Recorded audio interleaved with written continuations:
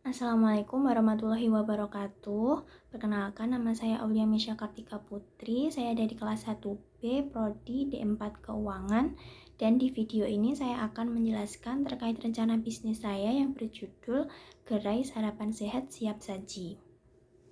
Pertama-tama untuk tujuan atau latar belakang saya memilih rencana bisnis ini dikarenakan semakin banyaknya konsumen yang menginginkan sarapan yang praktis dan juga cepat saji karena tidak memiliki waktu di pagi hari, dan juga tetapi tetap menginginkan sarapan yang sehat dan juga terjangkau. Sedangkan untuk tujuan rencana bisnis ini adalah untuk memperoleh keuntungan dan juga mengembalikan modal usaha melalui penjualan rutin setiap hari. Selanjutnya, untuk produk-produk utama yang rencananya akan dijual di gerai sarapan sehat siap saji ini tentunya akan berkaitan dengan buah dan sayur. Nah, yang pertama itu ada buah potong, yang kedua jus buah botol, yang ketiga salad buah, salad sayur, dan juga yang terakhir ada kukusan ubi-ubian.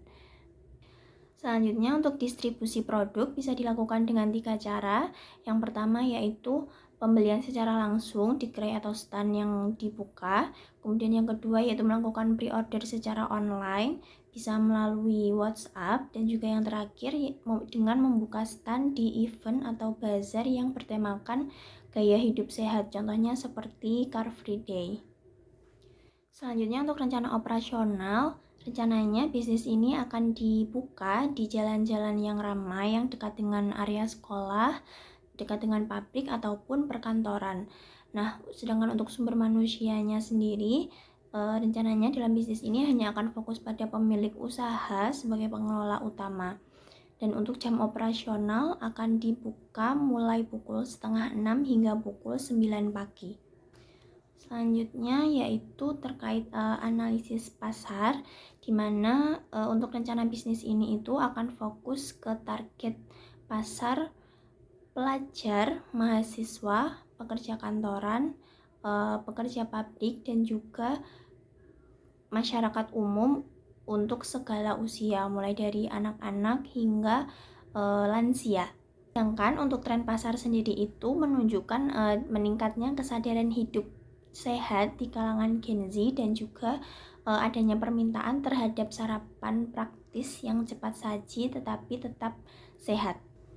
Selanjutnya saya akan menjelaskan terkait analisis SWOT untuk rencana bisnis ini. Nah, yang pertama dari sisi strength, produk dalam gerai sarapan sehat siap saji memiliki keunggulan sebagai produk yang sehat dan segar, produk praktis siap saji, dan juga cocok untuk segala usia.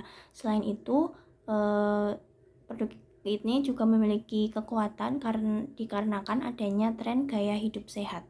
Untuk sisi selanjutnya yaitu weaknesses atau kelemahan, di mana produk ini itu mudah basi dan juga tidak tahan lama sehingga sangat bergantung pada kesegaran bahan baku.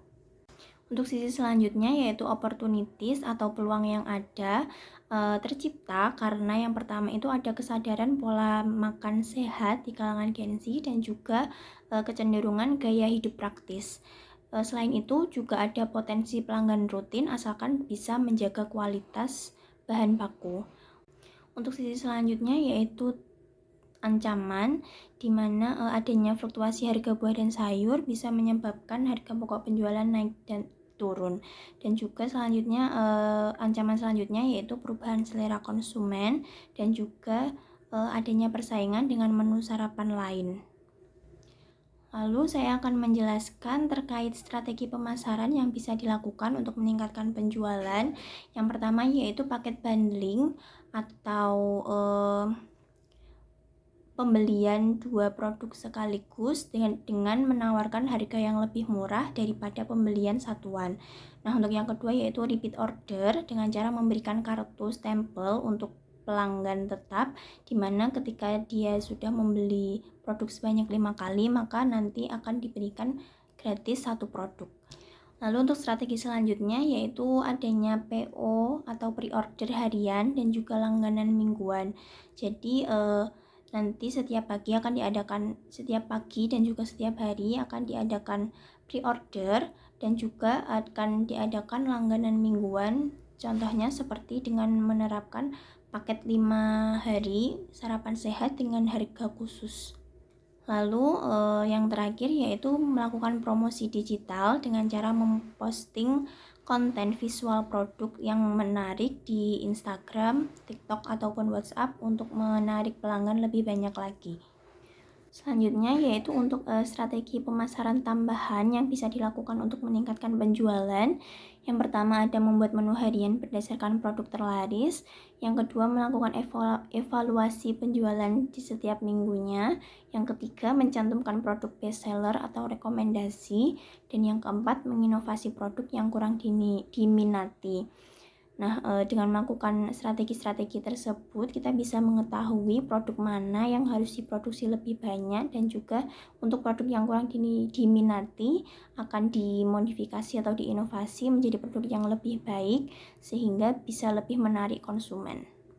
Untuk selanjutnya yaitu terkait estimasi modal yang diperlukan.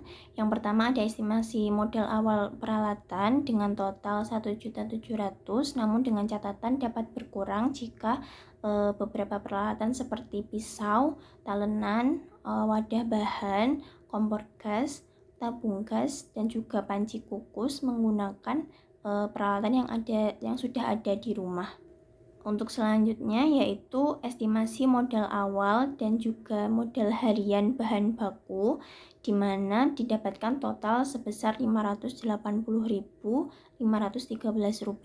Dan untuk estimasi keuntungannya dapat dilihat untuk buah potong akan dijual seharga Rp6.000, jus buah seharga Rp6.000, kukusan ubi sebesar Rp7.000, salad buah sebesar Rp10.000 dan juga salad sayur sebesar Rp10.000. Untuk masing-masing produk tersebut rencananya akan dibuat masing-masing berjumlah 25 pieces. Jadi didapatkan total penjualan sebesar Rp975.000 per harinya.